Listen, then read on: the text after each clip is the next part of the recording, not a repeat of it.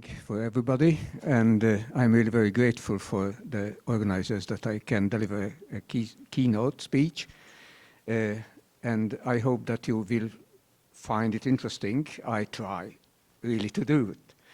So my talk will be about the electro-hyperthermia, which is modulated electro-hyperthermia.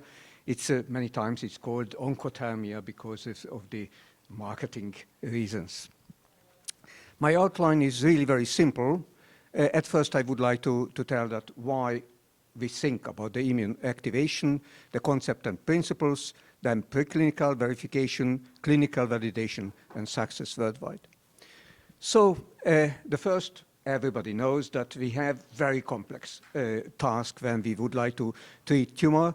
The primary task, of course, that one that destroy the tumor in the location, in the primary location, but it's much not enough. So we know that the complication comes from the invasion, dissemination, metastasis, and that is the main problem for the survival and the suffering. So it means that the quality of life. So it means that we have to concentrate also on this one because this is a very essential point for the patients. What is my thinking about it? So I somehow borrowed a strategy from the military. We are in the war. And what is the strategy of the war in military? It's very rare that we are attacking the strongest point. In the enemy, we have to attack the weakest point and then kill the enemy or destroy the enemy. What is the strong point of cancer? The proliferation. And presently, everybody thinks about the proliferation, somehow to stop it. The other point, which is weak point, that is, so the strongest point of proliferation, the weakest side, it's double. The first, that missing network. Cancer cells are not in network. They are cutting the network. They are many times individual and organizing a new network, a cancer network later on, which is absolutely different than the normal cell network. The other one, the permanent adaptation. So they are forced to permanent adaptation. It means every time they have new and new adaptive changes genetically and in many other points. These are weak points. How we can attack the weak points? Activate the immune system and using the homeostatic processes. What it means? It means that we are asking to help from the natural processes to make something. So I do not think that we humans are thinking the best and if we are from force, then we are winning. No, we are winning when we are thinking. And that is why we need immunotherapy, helping the immune system, the natural immune system, for that one which we are doing. So the concept of the Abscopal effect is that one that we have a local treatment, and the local treatment will have a curative effect in the whole body, and the paradigm changing from local to systemic. I'm many times told my students, presently I am retired, that do not treat a tumor. Then everybody is shocked, oh, what to do? Treat the patient who has the tumor. So it means that make a personalized, like we have heard it, a personalized treatment. The patient has to be in the center, and that is why the survival time and the quality of life is so important. So what are the concepts of the modulated electro-hyperthermia? It has two legs. One is the non-thermal effects. What it means? It means that the processes which the malignant cells have, these are mainly chemical processes. The proliferation, which I told you that is the strongest point, makes something very special. This specialty, the high metabolic rate, most of them. So, for example, for prostate, it's rarely, but generally the high metabolic rate that is important. What means high metabolic rate? It means that they have a lot of ionic species and a lot of molecules which are polarizable in the tumor microenvironment. So it means the tumor microenvironment very different from the healthy cell microenvironment. It means that the tumor microenvironment differs in the electromagnetic processes from the healthy one. So the electromagnetism can be used for that one, that somehow select the tumor cells and act on the tumor cells. It was mentioned the tumor treating field, the TTF, which is very successful, and the TTF really based on the non-thermal effects, which they are using exactly that one, that what are the differences from the tumor cells to the other one. They are mainly using the mitotic cycle, the end of mitotic cycle, but this is always there, this non-thermal effect which we are using. The other one is the thermal effects. The thermal effects also very important because the tumor cells are sensitive, much more sensitive for the thermal effects than the healthy cells. It has a lot of things. We know the normal oncological hyperthermia, which uses that one, that the tumor cells are sensitive. This is very important, again, in the synergies that these two. What is the synergy? It's very easy. The thermal effects is a background which makes the chemical reactions much quicker, much higher. The reaction rates, because the Arrhenius plot is higher. So it means that the effects which started with non-thermally will be gained, will be boosted by the thermal effects. So it means the synergy is absolutely trivial. What is then we can use, of course, the normal hyperthermia. What is my problem with the normal hyperthermia? Normal hyperthermia has a microwave generator, which is the source, and has a target, which is the patient, the tumor. What is doing? That the tumor is heated up from outside energy and trying to make a homogenic isothermal heating of the tumor. Of course, it has a lot of problems. Mainly the thermal homeostasis will be against of this one, and many other points is missing. So that is why hyperthermia could not go on the front line of the treatment presently, but it's a very old method. Everybody knows that it has not 100, but 1,000 years old from Hippocrates, 3,000 almost. So which we are doing that is different. We have a radiofrequency current through the patient, so the patient is a part of the electric circuit. It's like an impedance in the normal electric circuit, or resistivity. And then we can have information about that one, how the patient behaves, how the tumor makes something, and we can tune the optimal treatment for the patients in this circle which we are using. And the point when the radio frequency goes through the tissue, then the tissue, the malignant tissue has higher conductance. It means that it will, the density of the radio frequency current will be higher in the tumor than in the healthy tissue. And in the cellular level, the density in the tumor microenvironment also will be much higher. The current density also will be much higher than at the healthy cells. What it means that of course the membrane is an isolator in meaning of the electromagnetism. Of course, it depends on the frequency and so on. And that is why if we have such currents through, then the current goes through the tissue and mainly goes in the extracellular liquid, very near to the cells, to the tumor microenvironment. And in the cell membrane, we have a lot of transmembrane proteins, clusters of transmembrane proteins, which are the membrane rafts. And these membrane rafts have very good conduction, while the membrane is an isolator, so it's enveloped in the isolator. So it means that we are effective on the membrane rafts in the cells, which are here, if you are doing well the tuning. And then this will absorb energy and will heat up the tumor from inside to outside. So, oh, sorry, something wrong. Ah, okay. So it means that we are doing different approach than the normal hyperthermia, because the energy goes from the cells and much more localized for the tumor than the other hyperthermia concept. Sorry, it's a little bit physics, but it's a very important one. that if we have a frequency range here, a very large frequency, then we have the best selective energy absorption in the so-called delta dispersion. So we are using this frequency, which is a very well-known frequency. It's a definite frequency for medical use. But we are using that it has a dielectric loss protein-bonded water, charging members, orients proteins, and makes a lot of dipolar effects with this frequency. It's very okay, but not enough.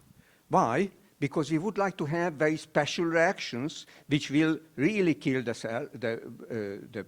cells, but not necrotically, but somehow apoptotically. So we have to choose apoptotic information, and why apoptotic? It's again very important. Apoptosis, of course, much more gentle than the necrosis. It has no toxicity, it has no inflammation, and so on and so on. Plus, which is for us very important, that we can take information from the tumor, the information molecules are intact, and can deliver information about the tumor inside. So the tumor cannot hide itself against the immune system. We are freeing the information from for the immune system, and this is very important. How to do it? It needs a low frequency, but we have a high frequency selection. How to make a low frequency? Very easy. Make an amplitude modulation, and that is why we call it modulated electro-hyperthermia. Amplitude modulation will be in low frequency. On that one, which we need dielectric loss, molecular waters, membrane effects, ion effect polarization. So it means this together makes a facility, a technical facility for that one that making the synergy in absolutely normally. So for example, very simple, it's a co-culture of A431 carcinoma and human skin fibroblasts. And then when we have a treatment, then of course the fibroblasts are intact and the tumor cells disappeared. We can calculate it in silico electric field. So here's the extracellular liquid, the tumor microenvironment, the intracellular, and this is the raft. You can see the electric field, the radio frequency, current density, and the power which is absorbed by the raft and much less absorbed by other points, which is very important. And this is again the TTF somehow. Very similar to the TETF, that at the end of mitotic cycle we have this contractile ring, and the contractile ring also has much higher absorption of the power than the other side of the cells. And if the cells are touching each other, so only the contacts between them, that is also higher energy absorption, which means helps for that one that really the cells will be destroyed. Okay, it's a very nice idea, but what are the proofs? That is the real question, because the proofs will decide. Okay, have a look at first on the gene maps. So this control, 37 centigrade, water bath 42 centigrade, these are, of course, the genetic up and down regulated genes are different. And here is the modulated electro-hyperthermia. It's very different. Mainly that genes are differ, which are depending on the local stresses, mainly the electric stress, electromagnetic stress, but heat shock proteins. We call stress proteins generally heat shock proteins because of historical reasons. So these are the stress proteins which are much higher regulated by this one. You can analyze the maps of this one. This is the cell death-related genes. You see that this one is the modulated electro-hyperthermia. This one is a water bath on the same temperature, and this one is a control. This one is the stress proteins, this modulated electro-hyperthermia, water bath, and control. And you can see that the extracellular signal kinase is really different in the modulated electro-hyperthermia, in water bath, on the very same temperature, so the thermal effect is the same, and the control. So it means that the thermal effect is always same on these things, but the electromagnetic effect, this is different. And that is which we are seeing here. This is a very important, it was measured in Charité in Berlin, which is one of the best university in Europe. And they measured that one, that the modulated electro-hyperthermia relative tumor volume much less with modulated electro-hyperthermia than the unmodulated. So it means that only the frequency is chosen, which is selecting the tumor cells. So it means it's absolutely significant results. We can measure the luminescence. Also, you can see that the electro-hyperthermia and modulated electro-hyperthermia significantly different. Here we have some internal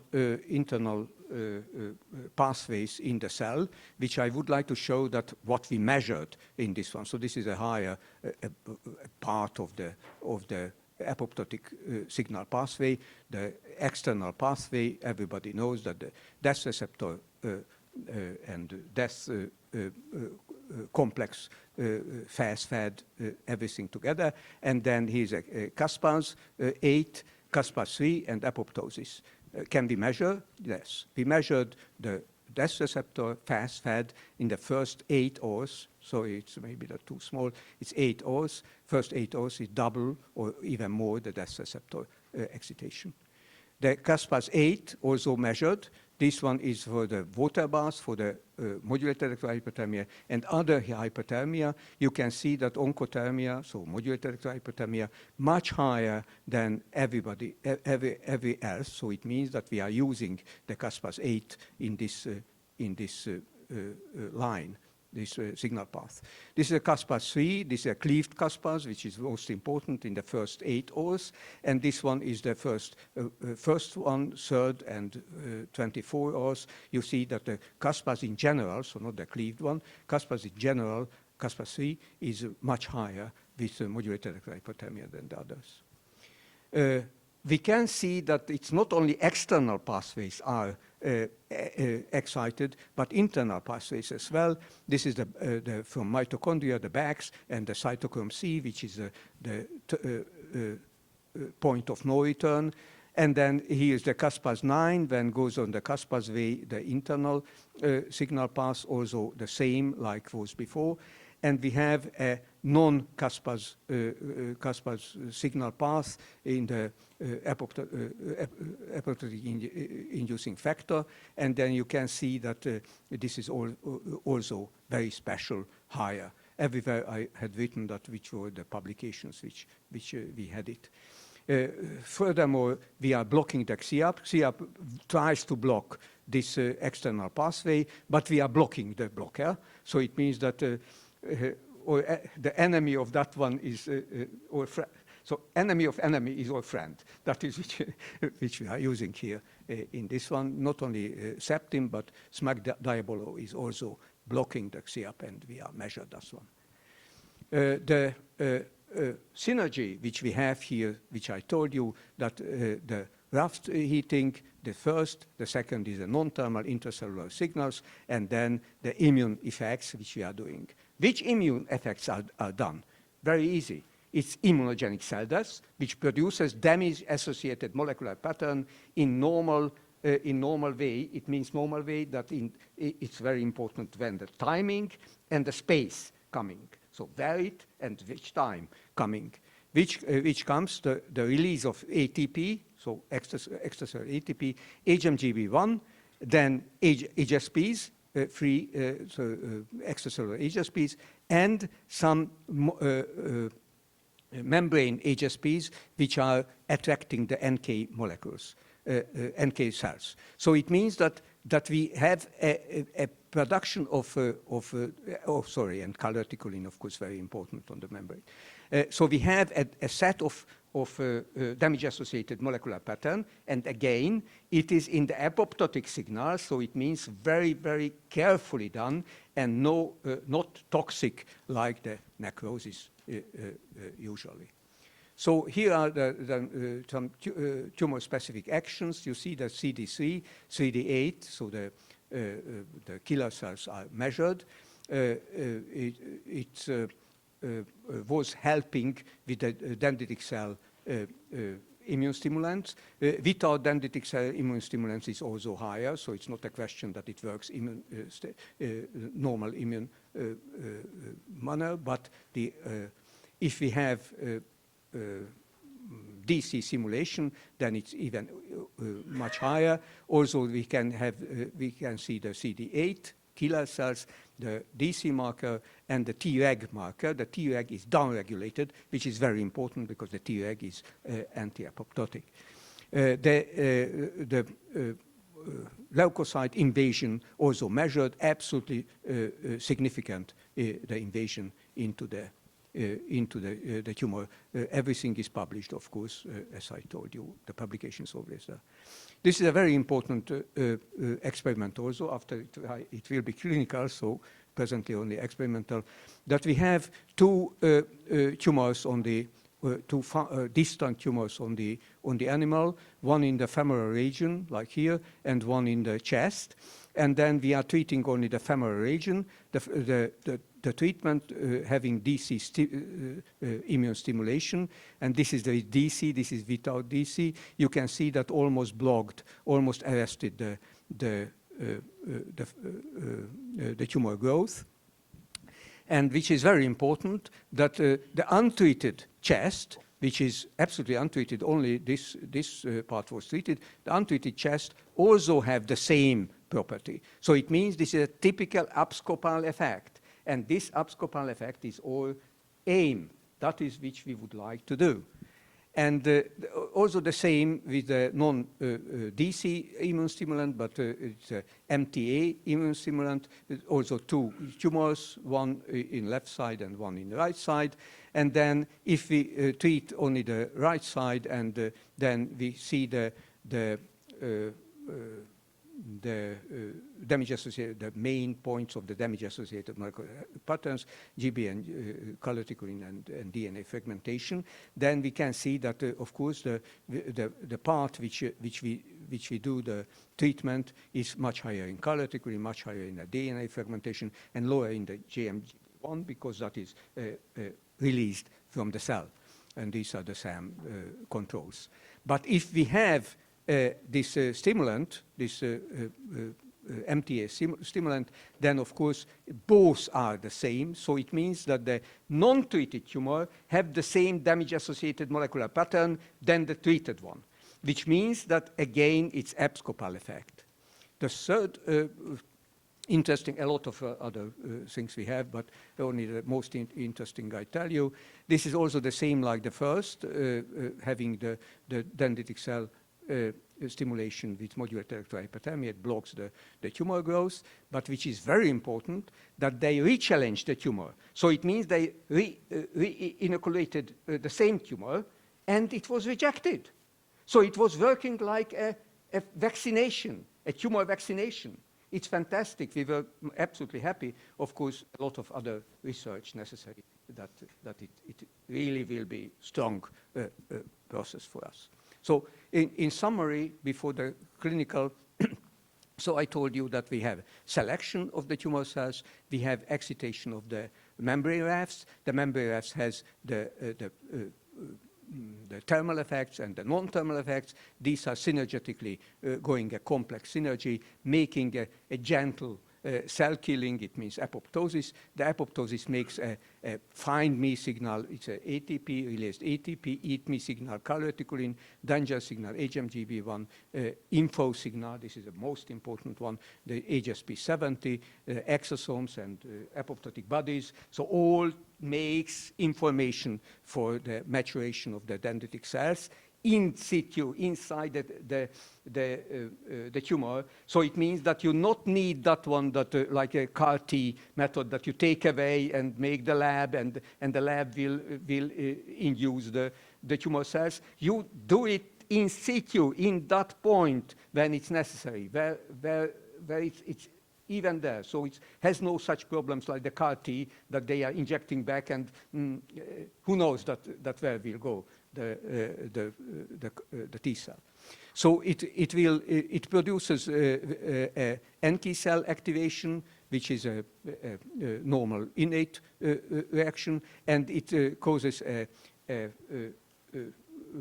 reaction of the adaptive immune system, the killer cells, the helper cells, and gamma delta T cells. Gamma delta T cells is very important. I will not speak about it. It's a fantastic cell. It's somehow connecting the innate and the adaptive immune system together. And this adaptive immune system, this is the memory, which I told you that works like vaccination.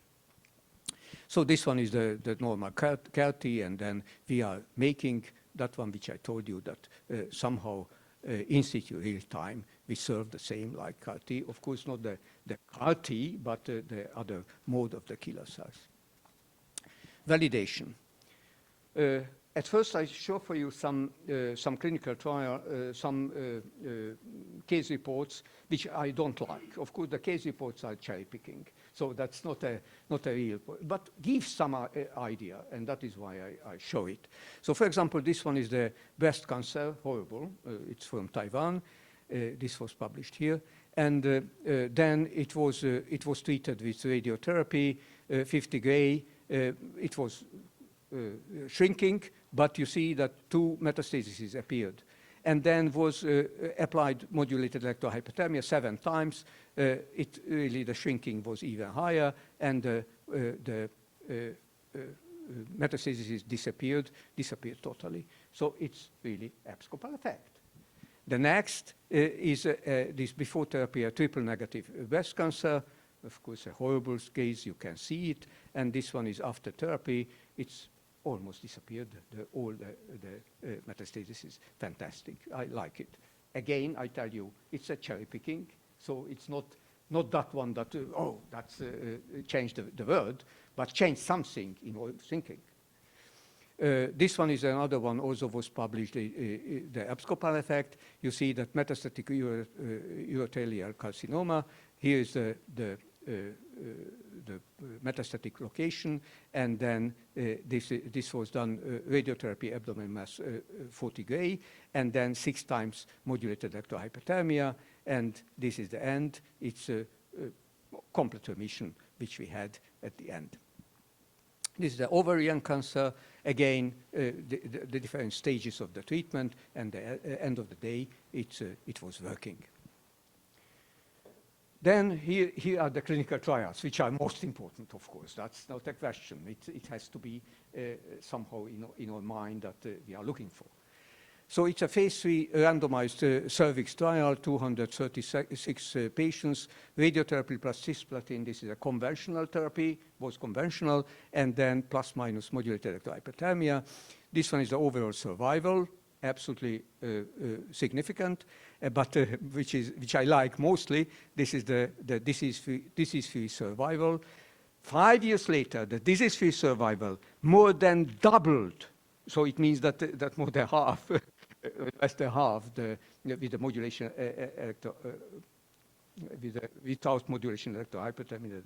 So modulation hyperthermia doubles the survival. The disease-free survival after 5 years. It's fantastic. It's really basic stopping or something. So the complete metabolic response also was measured by the PET-CT. This is the full tumor. This one is the modulated hyperthermia treated. It is other systemic treatment, the RT plus chemo. And despite of that one, that the chemo is systemic, did much less extrapelvic effect than the modulated hyperthermia, and the total body metastasis disappeared in modulated hyperthermia and in the conventional therapy very differently. So it means, again, shows in phase 3 trial that works the Abscopal effect very well. The next, if I have time, I hope that I have. Yeah, I have. But I cannot change the slide. Something wrong. I cannot change.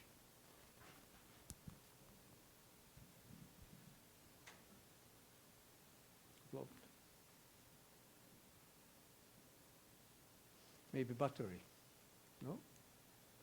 Till now it was working.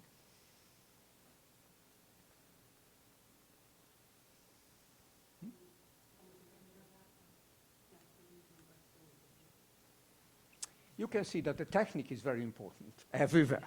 So it means that modulated electro-hyperthermia I had established this company for modulated hyperthermia in 1988. 1988, yeah. So more than 35 years ago.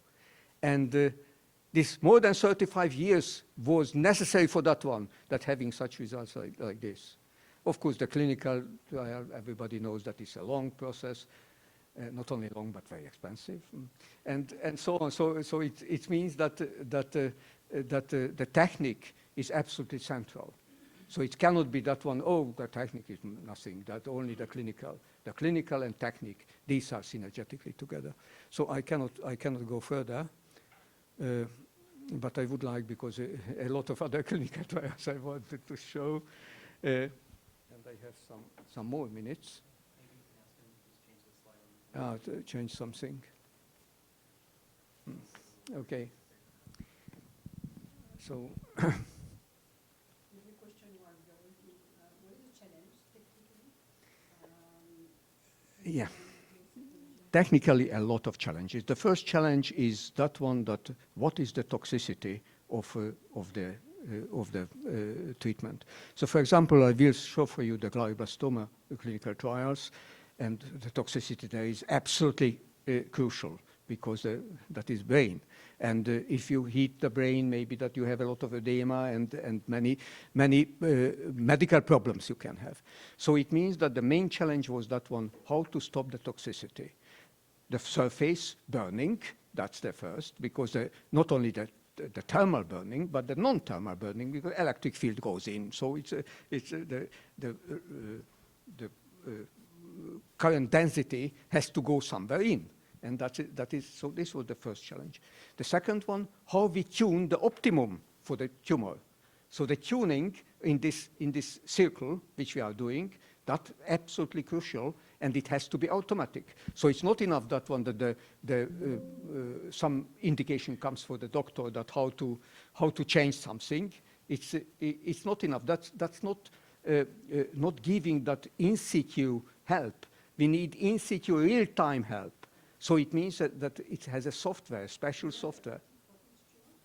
Each tumor type different, of course. That's and each patient, and maybe that even when the tumor changes during the treatment, the tuning changes. So it's absolutely, I think enough for challenges, but but there are a lot of smaller challenges as well. Okay. So it works? Yes. Thank you much. No. Okay. Is there a limitation to the size of the tumor? Sorry? Is there a limitation to the size of the tumor that this technology will be effective? Yeah, so almost all that I will, at the end, I will summarize the results. You can use this laser pointer also. Okay, thank you, but no, this is better, because then I can use two hands. Okay, so then this one was shown. This was also, and we were here. I hope it goes. Yeah.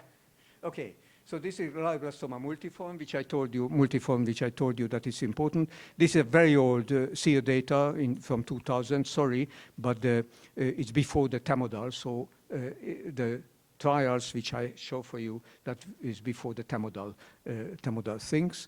So this one is from Hungary, the trial 29 patients. This was the survival. This is from Canada. The survival, 35 patients. This one is 126 from Germany. This one is also, from Italy. 24 patients, 92 from Germany again, and then from Germany, the third German, it's 19. You see that these trials, of course, it's not fully correct because it's not the same hospital and so on, but very correct because if you are doing a clinical trial, let's say in Mayo Clinic today, end of the day it's told that it's okay, then it's all over the world will be used on the same protocol, and they are telling that it's the same. And really, statistically, it's the same because no statistical difference. So this is also no statistical difference between these, so you can do somehow a comparison on the same way like generally we are doing. So this one is the 6 trials, and this is the pool. I can do pool because it's no significant differences between them. So this is the pool, and then we can see that really in that time, which 25 years ago, it was really a very, very wide range of differences of the median. But if we have the newer one, when the Temodal was in, this is the Temodal, the very well-known STUP trial on the Temodal. This is the Temodal plus radiotherapy, and this is the radiotherapy alone. And this one is the pool. So it's again something different. I cannot tell you that it's a very strong proof. We need much more proof for that one. But it's somehow indicating that the modulated electro-hyperthermia makes a very important point for the glioblastoma multiforme, which is really a very, very problematic disease. So you see that it's about 50% growing of the median overall survival. This one is very important because the same glioblastoma, but newer results, they are using not only Temodal, but immune stimulator, mostly different oncologic viruses, which is not so widely used, but some other immune stimulators. These are the 4 different studies. This is the pool, again, on the same way. This is the median. And this is the immune stimulant pool and the other pool. You can see, again, a difference. Again, I cannot tell you that it's 100%. It's an indication of that one which we are doing. So you understand, because it's statistically not 100% on the classical meaning. So the median is really different, about 3.5 months, which is not bad for glioblastoma. This is the other one, the pancreas. Everybody tells, oh, pancreas is horrible. Yeah, it's horrible. It's because it has no real normal treatment which we need. This one is the SEER data, and this one is one of the historical arm from one of the Hungarian hospital. You can see that it's really same. So it's no statistical difference. This one is from Germany, modulated electro-hyperthermia.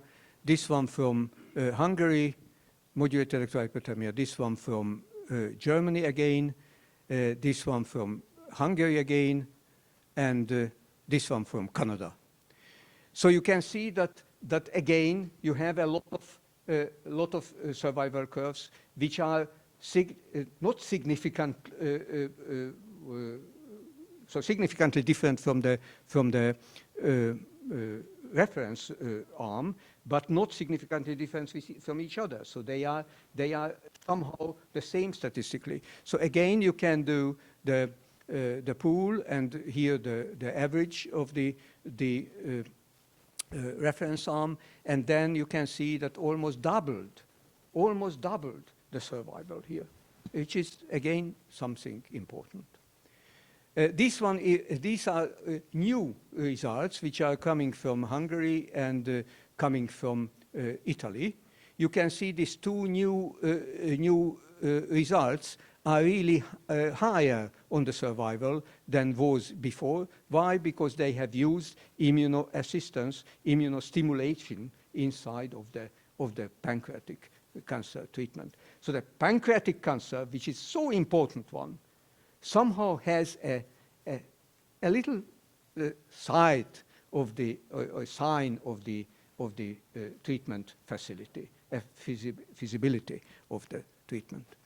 This is the non-small cell lung cancer study, which is again very important one. Everybody knows it. This one is the Korean, very small number of patients.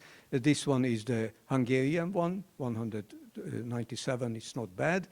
This one is again another Hungarian one, 61 patient. This one is from Canada, 46, and this one is 49 from China. And then you can see it again, that these are totally together.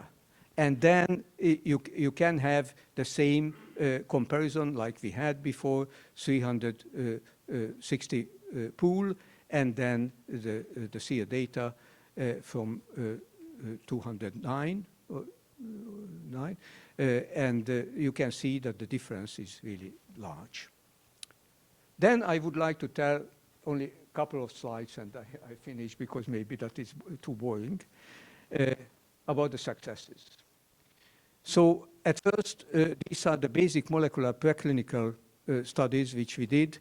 You can see that all the steps of this preclinical line, which is for the apoptotic process and the immunogenic cell death, we have publications. The numbers are numbers from the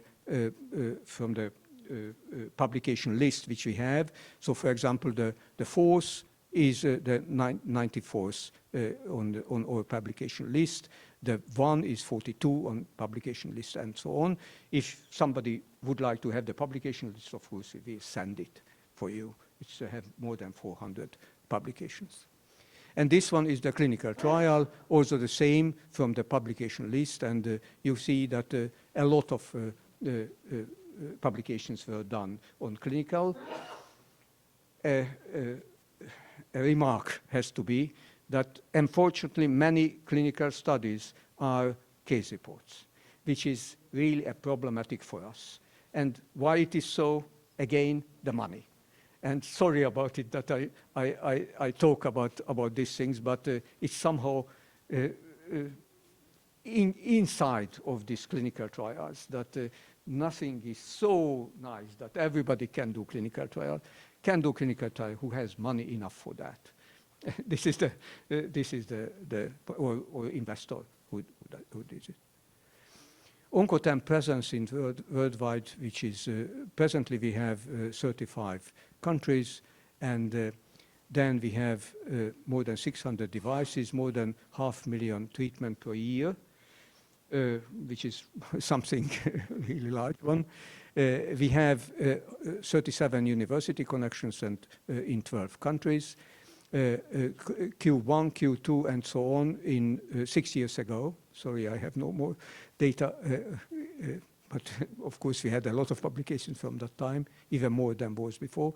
So these are the Q journals which we had. We have 12 book chapters and much more than 100 academic publications, so about really 400. And 450 was in 7 years ago, the cumulative impact factor. And we have ISO, of course, with the German auditor, the CE, which is the full Europe, and we have many approvals in different countries who needs these approval points. So this is the success presently, and I very much hope that the success will be continued. Presently, we are in Canada and in Mexico also, but not in the United States. FDA is not a cheap process. We have no money for that. And that's the end. Thank you very much.